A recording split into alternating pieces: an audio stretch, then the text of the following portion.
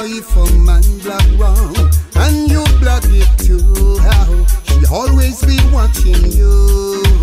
Any little thing that you do, how why your Babbzy blow your nose and not your mind? Cause we are living in a tedious time.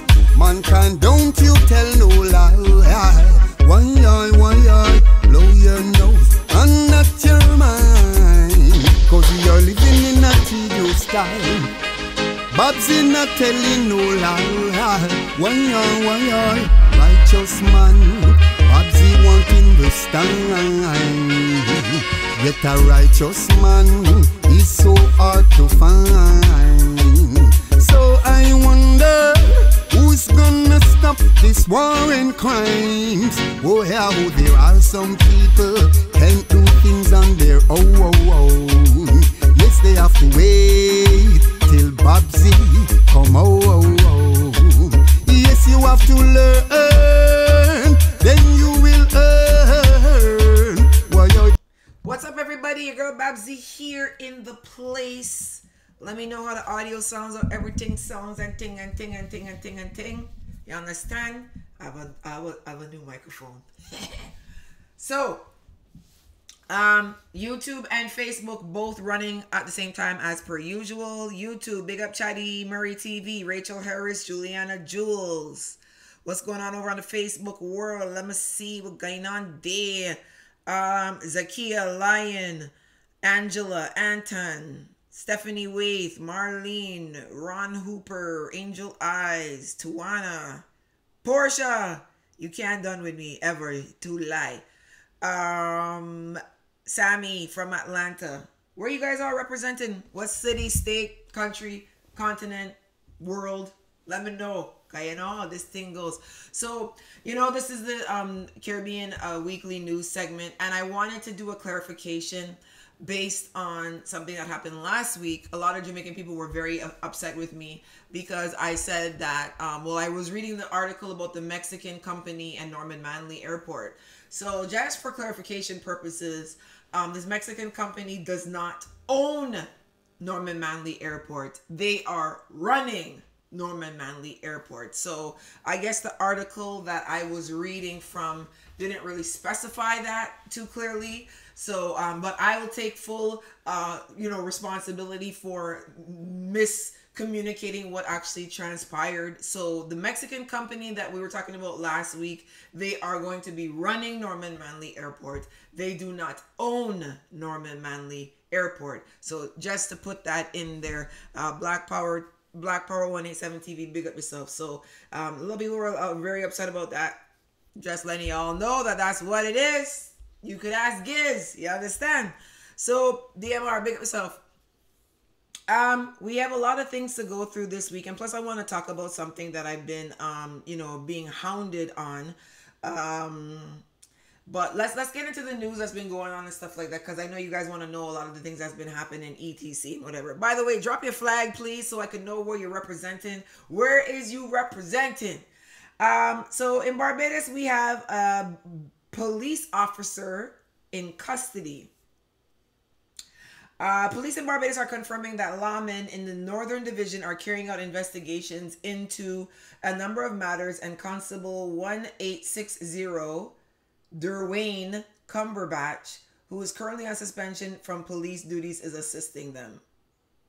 Unconfirmed reports in Barbados allege that a police officer was taken into custody after being held early Thursday morning in a store in Spicestown area after the alarm was raised by the owner that someone had broken into the store and was still inside. Police responded, and after a struggle with the culprit, who was wearing a mask, he was subdued and unmasked, revealing his identity. Sergeant Michael Blackman, the public relations officer of the police Barbados force, confirmed Cumberbatch was taken into custody Thursday morning. So we always talk about the police in the Caribbean and, serving and protecting and all these things.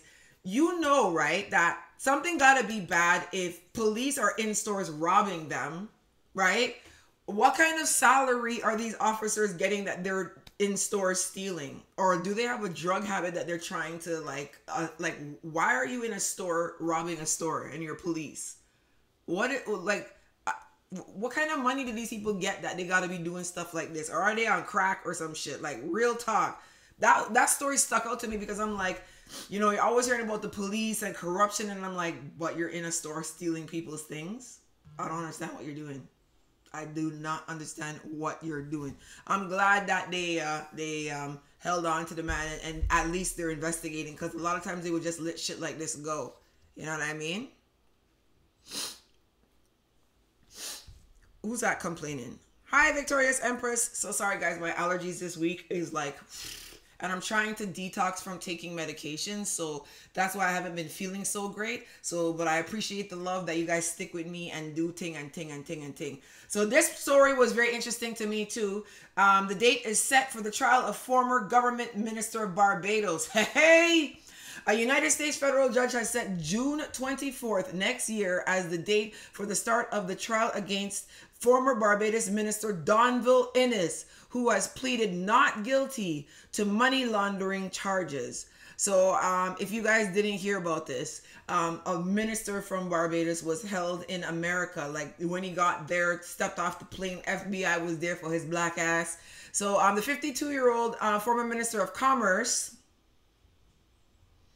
who is represented by attorney at law Garnet Sullivan, is a United States permanent resident who was arrested August 3rd in Tampa, Florida, and charged with 1 count of conspiracy to launder money and 2 counts of money laundering. The indictment alleges that in 2015 and 16, the minister took part in a scheme to launder the United States approximately $36,000 US in bribes that he received from a high-level executive of a Barbados insurance company, which was not named in the indictment. Why you not naming who the executive is? Why we not naming who the executive is? Why we covering up motherfuckers? How many insurance companies are in Barbados? I think people need to know who that is. I think we need to know who that is. It's not like this is a rape case or something and it's a minor and you're protecting the minor. Who is the high-level executives? So hold on a second. What's the insurance company and who are the people involved? Who's it? St. Lucia News Online? Go and find that out, St. Lucia News Online, please. See Bondi Bond, thank you. The prosecutors allege that Innes used his position as a government minister to help the insurance company secure 2 Barbados government contracts, and that he concealed the nature of the bribes by receiving them through a dental company and a bank located in Elmont, New York, under the guise of payments for consulting services. The indictment was sealed on March 15th, and a few weeks before, Innes and the ruling Democratic Labor Party were booted out of office May 24th. If convicted, Innes could be fined $500,000 US as well as serve 20 years in jail. I say lock his scun up. Lock his ass up. I don't care if he's Bajan. I don't care what anybody got to say. Lock his ass up and let these politicians know that they can't be around here fucking around people money and doing bear cunt with their positions. This is a clear and flagrant abuse of power. Charge his ass to $500,000 in fines and make sure that you lock his ass up for 20 years, please. That's all I got to say on that. Because if you let him go, these damn politicians are going to keep feeling that they could come around people and keep playing around people. It's cleanup time in the Caribbean. Lock his black ass up. You understand what I saying? I ain't care. Lock it to Rasul up. And I'm a Bajan. But you know, justice is justice. And we're going to talk about that. We're going to talk about that in a little bit. Because you know. You done know. Some concerns here in America. Well, in North America. A 17-year-old girl from Trinidad is missing after her arrival at the Chicago O'Hare International Airport about 11 p.m. Her name is Faith Bishop, and she's not been seen since she's arrived. Bishop is described as a 5'8" black girl weighing around 180 pounds, and it's not known what she was wearing at the time that she went missing. She has been to the United States on vacation in the past, but no further information has been available. So she is 17 years old and she's missing in Chicago. Arrived at Chicago and disappeared after she arrived. Not sure if she ran off I'm not sure if there's foul play, but you know, I think we should look into that. People, if you find or know, let me see if I can get her picture up. I'm gonna be able to. I'm not gonna get her picture zoomed in. Next week, I'm gonna be able to put the pictures in the actual like show because I'm getting broadcaster savvy. You know what I mean? Remember, I'm new to all this whole thing. We just got the echo away last week after weeks of an echo. You know what I mean? So the picture's kind of small, so it doesn't make sense. But her name is Faith Bishop. She might, I don't know. People are thinking that she might have run off. I don't know. It might be foul play. Who knows? You know, a lot of these people run off when they do go to these things. Like last week, I know there was this whole bulletin going around in Canada for a Grenadian that ran off from the farm program. You know, a lot of the times they think they're going to run off. They're just going to get caught and then you're going to get deported. You'll never be allowed back in Canada again. And you're just going to make stiffer regulations for the other people to travel around to these places. So, you know, Grenadians already need a visa to travel to Canada. So they just going to just tighten the rails in when you guys do stuff like that. So that's just my take on that situation right there. So speaking about visas, the Prime Minister of Antigua, if you guys don't know what's going on, Canada basically put in place visa restrictions for travel for people traveling from Antigua and Barbuda. That happened last year in 2017. So before then, if you were in Antigua, you could have flown to Canada and you never needed a visa. Now you need a visa to fly to Canada. Since 2017, Trudeau implemented these regulations. Now, I know there's a lot of conversation about that. You know, the PM of Antigua is saying he's unbothered by it. You know, 4 months ago, he did do an appeal because he wanted the Prime Minister to remove these stipulations. But basically, the Prime Minister is kind of like, nah. You know, I know they do these kinds of, you know, regulations and they put these procedures in place when they feel like, you know, that particular island has certain threats that might be, you know, coming into a particular nation like Canada. The threats may not necessarily be that the people are rowdy and they're violent. The threats might be, you know, slack protocol when it comes to, you know, money laundering and things like that. You know, I know Antigua's doing this whole cryptocurrency thing. You could buy your passport with cryptocurrency. So sometimes people, nations will kind of be alarmed when they see, you know, kind of, you know, moves like that, and they'll be like, you know what, we want to impose our visa restrictions for people traveling here or whatever. So I know a lot of times people are like, yo, Antiguan people are not violent, we're not this, we're not that. And I don't think a lot of the times visa restrictions have to do with violence. There's a whole slew of reasons why people put visa restrictions for their nation. So you know, the Prime Minister is saying that he doesn't care. He's like, there's not significant traffic between Antigua and Canada. Most Antiguans travel to the United States, so what's the big deal? So he's just basically coming back and saying, well, y'all won't give us visa restrictions. We going to America anyways. Some updates on the hurricane situation going on. Weather folks, Hurricane Michael killed 35 people in Florida and 45 people in total so far for that hurricane. People in Texas, Puerto Rico, and Florida were killed. So 45 people so far for Hurricane Michael's death toll. And also Tropical Storm Oscar is going to become a hurricane today. And the Caribbean does not have to worry because this storm is basically projected to actually just go through the Atlantic Ocean, and it's headed more towards the United Kingdom. By the time it reaches the United Kingdom, I am sure that it will probably be not a hurricane and go back to a tropical storm level. So last week we talked about the Jamaican girl that was found in the bag, chopped up and murdered. They have 3 suspects in custody for this teen so far. So the police are reporting that 3 males were taken into custody in relation to the murder of 14-year-old Raven Wilson. The suspects whose identity have not been disclosed yet were held on the suspects whose identity has not yet been disclosed were held on Market Street in St. Anne, the police reported. Wilson's body was found on Sunday, October 21st. If you remember, we did talk about this story last week, and a lot of people wanted me to follow up on it. She was found on October 21st in her community of Top Road in the parish after she was reported missing days before.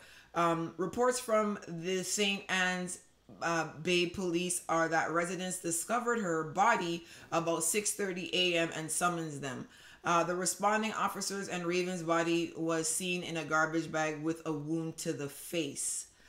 Wow. So I don't know what's going on. As I said, when you start seeing young girls that age being, murdered, killed, etc.,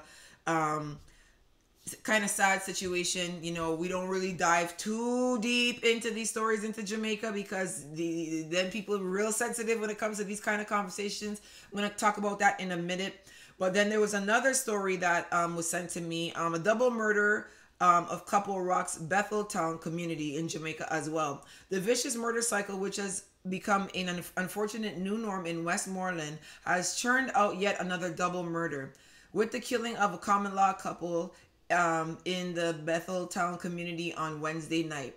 The two victims, whose death brings to 110 in, I guess that's Westmoreland now, in the parish, have been identified as 40-year-old bar operator Keenan Spang McPherson and his 29-year-old bartender spouse Nikisha Saunderson of Marl Road, also in Betheltown. So I don't know what's going on. The man and woman got killed, but according to the Betheltown police, about 8:30 p.m. McPherson and Saunderson were in the vicinity of the bar that they operate. They were surprised by a group of armed men who pounced on them and opened fire. Okay, so that makes sense now. Inflicting multiple bullet wounds to their upper bodies.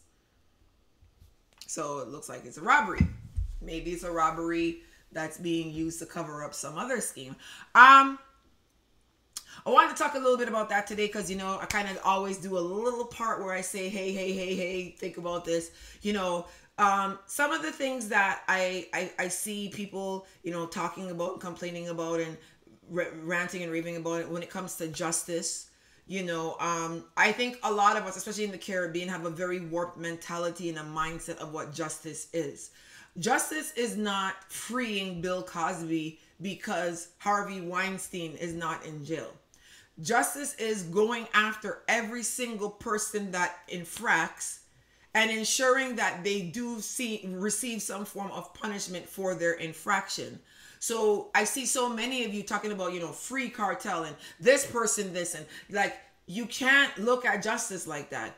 Justice is when the person receives a fair and adequate punishment for the crime or the violation that they committed. And until we get on this page in the Caribbean, crime is only going to increase. And I don't even see, for Jamaica, I worry because it is going to get worse. State of an emergency is not going to help the crime in Jamaica. State of emergencies don't help crime really, period. Because all you're doing is you're at the tail end of the problem. So you want to put people on curfew. There's a businesswoman here suing the police in Jamaica right now because she was pulled over in a, the state of emergency. They pull over people. I was pulled over 3 times when I was in Jamaica. I was, had guns pointed at me, rifles pointed at me. My cousin, Ramsey, was there and he was just like, yo, she's a foreigner, go easy, whatever. But I got pulled out of the car. My car was literally searched from top to bottom, guns pointed at me. But I don't have guns and I don't have these things. So I know, I was just like, okay, what's going to happen here? Plus, I know how to conduct myself. So I just stayed silent. I just gave them, they wanted my driver's license. They wanted my passport information. They wanted to know when I was leaving. They wanted to see my ticket information to when I was leaving. They wanted to know what job I held in Canada. It was a very, very intense situation. And I was driving to Sumfest. So this woman, similar thing. She's in Kingston. She's a farmer. She has a gun license. But what happened is, I guess she had the gun in her purse and the police searched her purse and then gave her purse back, but then kept the gun. So then she's like, where's my gun? What's going on? So then they deemed her gun permit as invalid, right? There's some confusion about this gun permit. So they hauled her off to jail. They strip searched her, right? So she's suing them because she's a businesswoman, and she's just like, why am I being strip searched and and I have a permit for my gun and whatever. So this is kind of what happens in state of emergencies.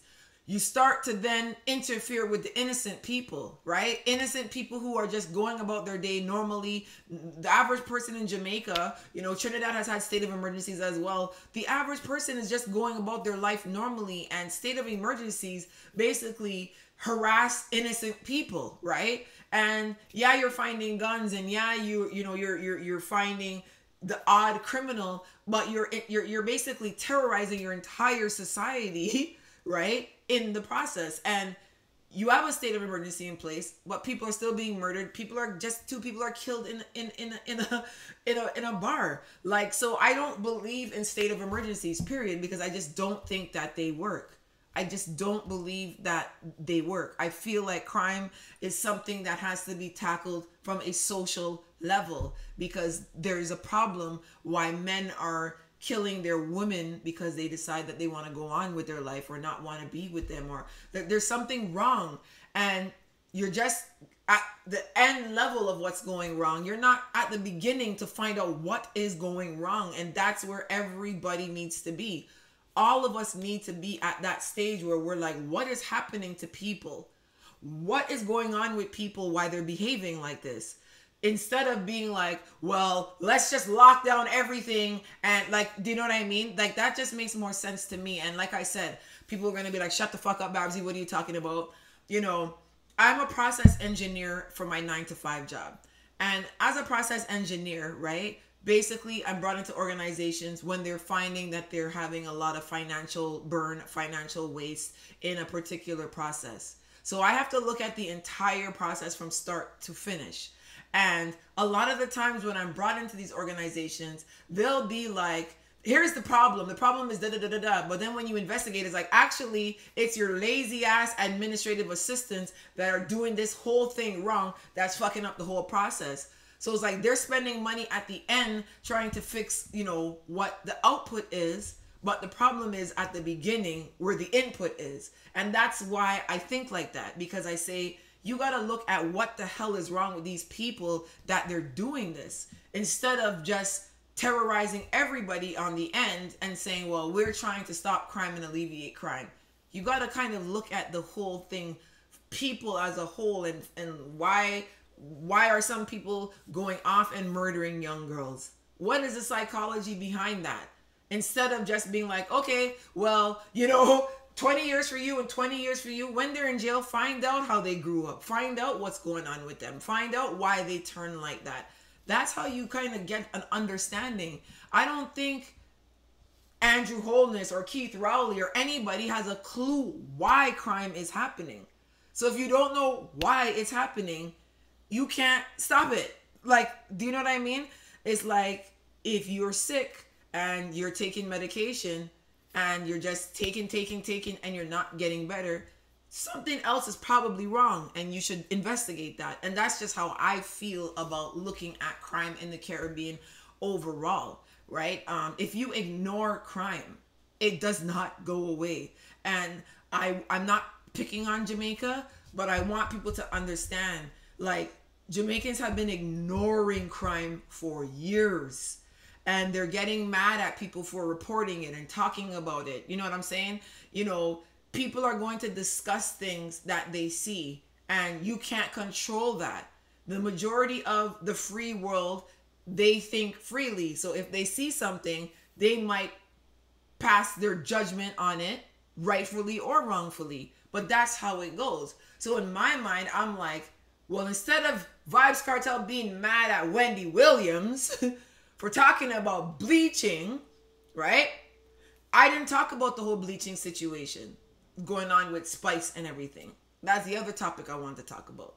So justice is one thing where it's like, you know, looking at letting people go free because other people went free. That's not justice. But the other topic about this whole bleaching hypocrisy, look, man, and I'm going to be trying to be diplomatically, politically correct here.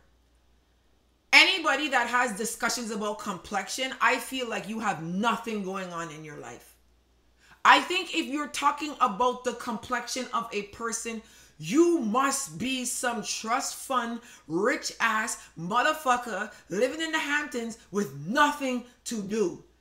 Because complexion is probably one of the most bullshit ass conversations to have in the world. Like, to me, your skin color, your complexion, you wearing fake hair, your hair is fake.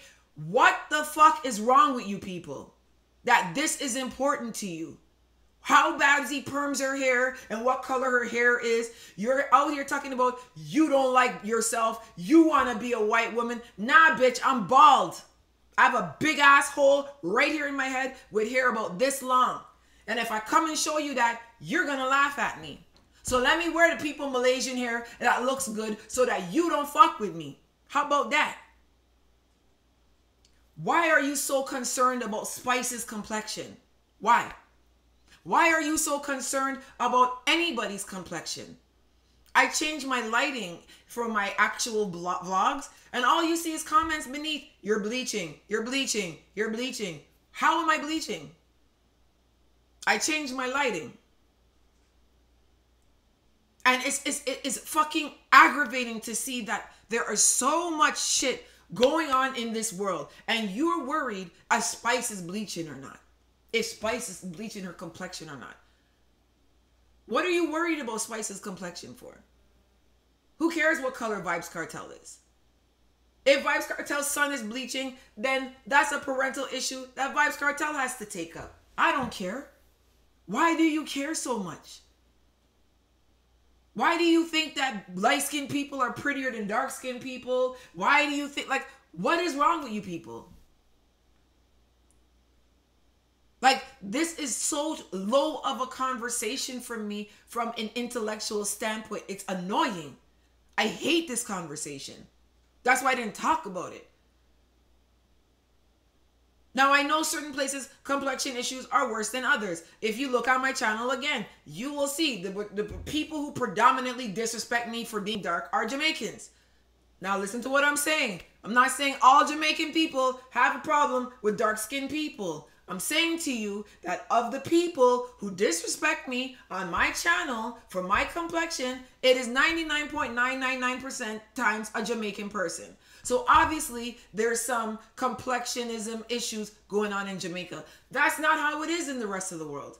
In the rest of the world, some parts right now, America is on this melanin kick, black love kick, black love goals, couple goals, black relationship, black love kick. So if you're bleaching, they're going to say something because that's just where they are. I don't give two shits what you choose to do with yourself. That's the God's honest truth. I really don't. And I feel like it's time for more uplifting conversations to be having. Be concerned with the justice and crime issue in your nation. Why do you care about Spice's complexion? Who cares? And I'm so tired of this stupid oh, you're black like tar. You look like a rock that a mongoose shit on. You're black and ugly. And it's just like, where the fuck is you? You live in a country that's what, 90% black, and you're talking about my complexion? Where probably 50% of the people who are blacker than me? What's going on? What's going on? I don't know. I hate this conversation. I hate this conversation. Kevin is my fiance. Kevin is, do you know that I didn't even know Kevin's complexion till people would tell me, yo, your man dark and smooth and nice and this and that. And this is like, because I never looked at his complexion like that before. He's darker than me. I never even noticed that. Honestly, because I never, the one thing I noticed on Kevin, the first time I saw Kevin, I was surprised at how long his hair was. And I was like, yo, he got some bow legs that look sturdy kind of way still. That's what I was looking at. I was like, them legs look strong. You know what I mean? And I was like, his hair looked good. That's what I didn't even like realize he's dark. It's just, It's sad to see that so much people are consumed by this complexion conversation. And people bleach because they think that they're going to be more prosperous in life. Let me tell you something. If you bleach and you're dumb, you're just going to be bleached and dumb. You could as well stay black, keep that money from bleaching, and use that to educate yourself instead of being bleached and dumb.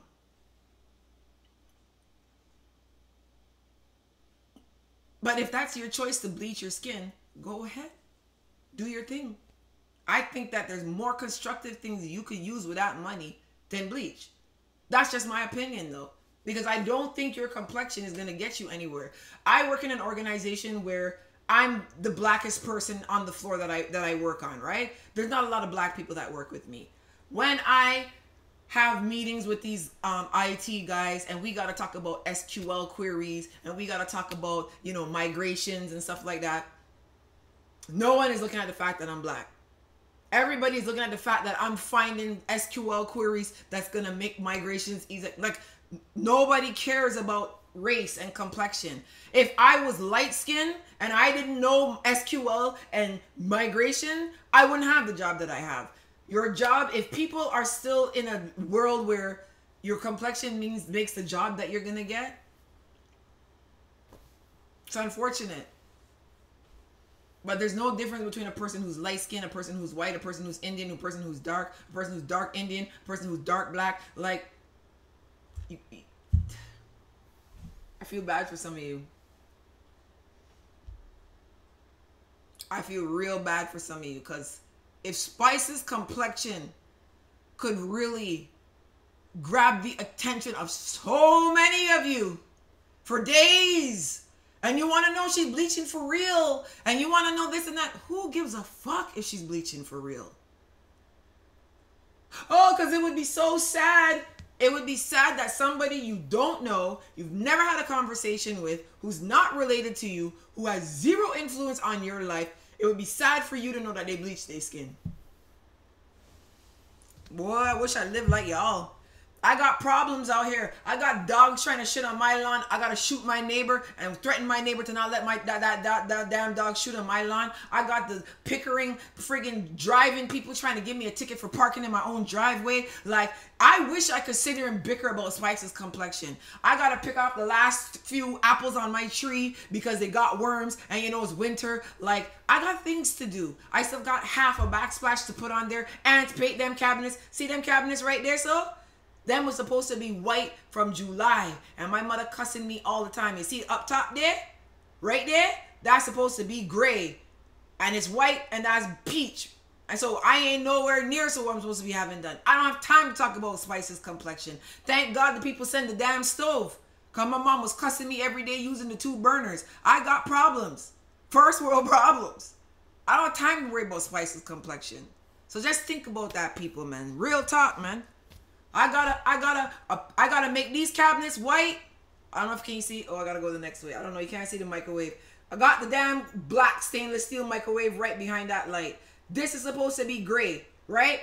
My hard ears nephews, if you can see that right there, they flooded my mother bathroom when they was here, right? So now we gotta pull that and then redo that. So that's what that big spot is right there because the little crinkling on the roof, it drop off. So I gotta get that fixed there. You know how much thousands of dollars it can cost to pull down that and get that redo? Them hard ears children that should beat their ass. So that gotta be gray, this gotta be white, and that gotta get fixed. So if you ain't know any drywall people about here and painters and things to holler at me, God bless, these are the things I gotta worry about. I ain't care what Spice color is. I ain't care. I don't give a rascal. Anyhow, folks, there you have it. Caribbean News Weekly with Babbzy. Hope you learned something. Think about what justice is. Think about why you should not be thinking about people's complexion and try to progress yourself in life properly. Use your money constructively is my advice. I wouldn't be spending thousands of dollars to bleach. Your DNA is not bleach. Your children still gonna be black as rascal. Your lips gonna be purple. Your knuckles gonna be black. And you gonna look gray. You ain't gonna look brown. So if that's the look you're going for, kudos to you. But I think you're wasting your your time and you're wasting your money on some bullshit. So think about that. Your complexion does not determine how pretty you are or how ugly you are or whatever. Who you are as a person radiates from behind. I know a lot of ugly people that I would get married to because I know that when I'm 70, they would wash my foot and feed me and do all kind of things. When you start to get older, you're going to realize that pretty looks is not the biggest thing in the world out here, and being light skinned doesn't make you pretty either. Trust me. You need to like just grow up. You know what I'm saying? That's my take on everything. So see you guys next week, Sunday. No. Oh, the Babbzy, I got a blender say that. Run things. Bye, Crystal. Nah, yeah. Bye, DMR. Nah, yeah, Babbzy, blow your nose. I'm not your mind. Listen. I know that you are not blind, so please make up your mind. Why are if a man black wrong and you black it too? She always be watching you, and the little thing that you do. Why Babbzy, blow your nose? I'm not your mind, 'cause we are living in a tedious time. Mankind, don't you tell no lie. Why blow your nose?